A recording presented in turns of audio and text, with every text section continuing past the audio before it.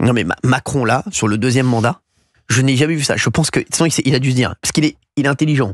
Donc il s'est dit de toute façon ça va passer crème, ça va passer tranquille. Les mecs, je ne fais rien. Même le débat du second tour, il s'est dit bon allez, franchement j'y vais, mais bon les gars. Et son discours de réélection le soir. Mais ouais, c'est genre il ne sait pas ce qu'il va faire du second mandat.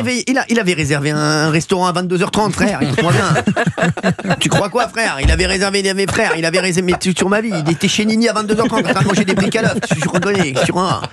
Mais vous êtes fous quoi?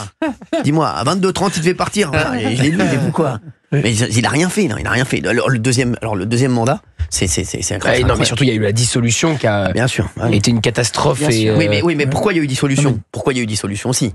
Parce que ils ne savaient pas quoi faire. Parce qu'ils n'avaient pas la majorité. Exactement. Bah voilà. Pas la majorité. Et puis c'est de notre côté le gros problème que nous avons, parce que les Français ne se rendent pas compte que malheureusement ils ont une fuite en avant permanente. On se rend compte que le dernier excédent public en France, ça date de 1974. Giscard d'Estaing. Et pendant 50 ans, on n'est que des déficits. Imaginez, Cyril, votre entreprise, que des déficits pendant 50 ans. Alors, messieurs, c'est l'État français, etc. Aucun pays au monde n'a fait ça. Aucun pays a accumulé ces déficits, ce qui a donc généré une dette énorme. Et là, moi, ce qui me rend fou, c'est quand certains économistes ou autres disent « Ah mais non, mais ça coûte rien, la dette publique, c'est pas grave, on va continuer comme ça. » Vous savez combien ça coûte? Juste les intérêts de la dette chaque année. L'année dernière, ça a coûté 60 milliards d'euros. Cette année, 70 milliards d'euros.